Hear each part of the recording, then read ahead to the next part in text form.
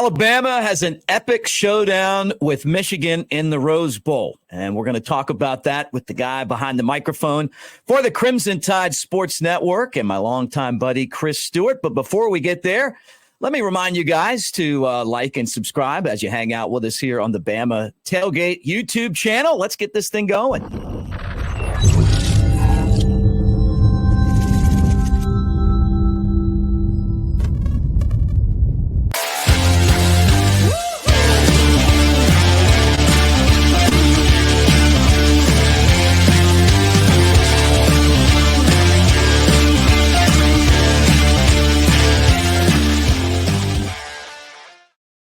All right, there he is, the voice of the Crimson Tide, Chris Stewart. I'm Mike Gillispie. Always great to see you, Chris. Look at that backdrop you got coming at us right now. You're gonna go shoot 18 after we finish? If you hear somebody holler 4, please let me know, because my back is to the driving range at Bentbrook. So yeah, it's pretty day. A little cool here in Birmingham metro area, actually in McCullough, but it's not bad. The view behind me is far better than the view of my face. I know, and that's always the case, but especially right now. I'm ready to go out there with you. I'm not much of a golfer, but I'll tell you, I can drive one. Oh, I can drive one hell of a cart, and I can drink plenty of beers with you out there. So, well, I'm very much looking forward to the spring, and that's all I'm going to say, Pards. Let's leave it at that.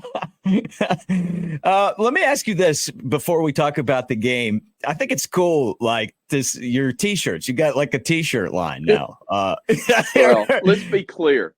It's not like I went to him and said, "Hey, we need to do a shirt, and I'm going to do this and sell them out of my trunk." But Jim Carabin, my boss at Learfield and CTSN, after the Texas A&M game, said something like, "We got to do a shirt," or actually, I guess it was before that. And then with the Texas A&M game, we walked out of the stadium, and he said, "We're doing the shirt." I said, "What shirt?" He goes, "Let's get out of here." And I went, "You're in charge. Just tell me what you want." So here's the neatest part of this whole thing for me. People saying that, and it's not, I've said bottom thousands and thousands of times with basketball, never with the intent of trying to come up with a catchphrase, because you work with me, I there's stuff that I know resonates with people, but I never tried to come up with anything for myself. That just kind of stuff just happened over time, and you kind of get into these routines, and so that's where it came from. But I said, "Let's get out of here," to my knowledge, only once or twice. And that took off, and I'll be walking somewhere around the stadium or just somewhere random, and I'll have somebody yell, "Let's get out of here." And, at first I'm thinking, is there a fire? What's going on? And then I go, "Oh, it's me." So anyway, that's been really cool. But the coolest part of it is that when J&J Apparel sent the first design of the shirt, what they wanted to do, I liked it, sent it to my daughter, who's college, Alabama grad and PR major and all this stuff. And I said, "Hey, isn't this cool?" She goes, "Yeah." She goes, "I got an idea though. Do you mind?" I said, "No, send it." She designed what is now the shirt. Really? She created that herself. And really cool. And the funny part about it, that's what makes it the most meaningful, is that she designed it. Now my 18-year-old son, who's a freshman at Bama, is mad and jealous and said, "I'm designing the next one." So he said, "I've already got a few in mind." I said, "Okay, if there is a next one." Yeah, I'm just trying to keep my job, and they're trying to work on the next iteration of T-shirts to come out. But anyway, the funniest thing was they wanted to put my signature on it. And I've been signing my name and pretending that it was my autograph literally since I was like 4 years old. Could barely print, and I was giving people my autograph, is what I'm told.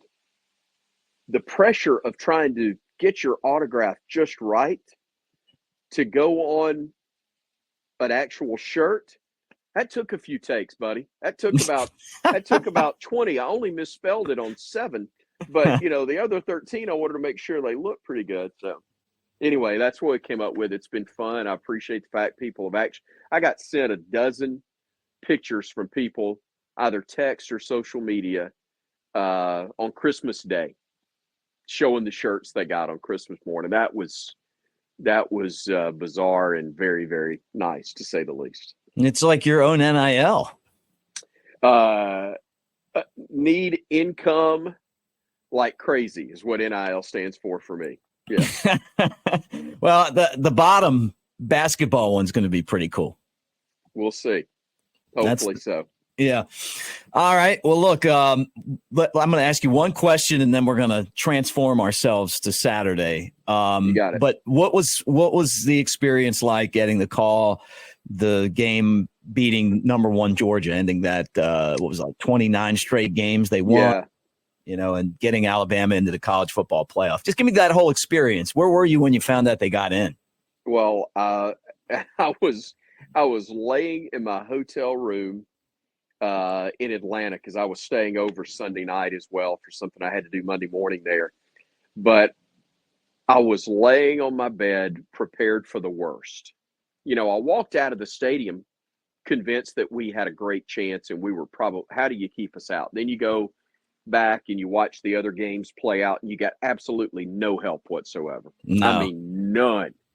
You go, by the time the next day rolls around, you go, all right, at least we popped Georgia and hopefully knocked them out. And you ended the run and you're SEC champs. And that's from where this team was in week 2. That's phenomenal. It's okay. We'll get another nice bowl trip. We'll see.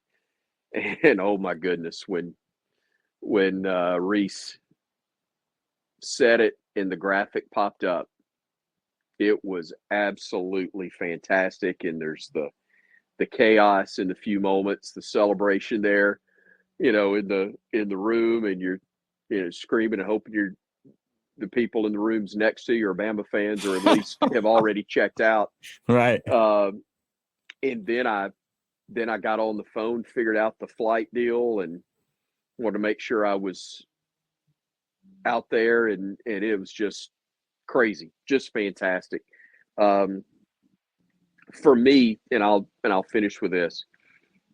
I remember, and especially as it relates to Georgia, I remember as a 10-year-old boy sitting in the back seat of my parents' car, listening to John Forney describe the end of Alabama's 28-game win streak in Jackson, Mississippi, to Mississippi State. John Bond, the quarterback for the Bulldogs, and Bama fumbles going in on what would be the go-ahead touchdown and the winning touchdown. And I remember listening to John call that and how sad I was that day, and to realize that I got a chance to make the call on a victory for Alabama that not only gave them a title but ended Georgia's 29-game win streak.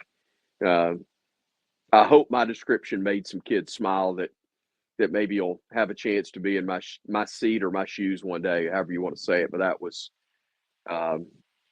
there was a lot of historical stuff that came into my mind, but in the moment itself, to just be so happy for that team to get it done the way they did, to earn at least consideration for the playoff, which they deservedly got into, and now to have them to go and play. And I've never been to Pasadena, man. I'm so excited about going there and getting an opportunity to call the granddaddy of them all for what will set up, hopefully, another national championship game appearance for Alabama.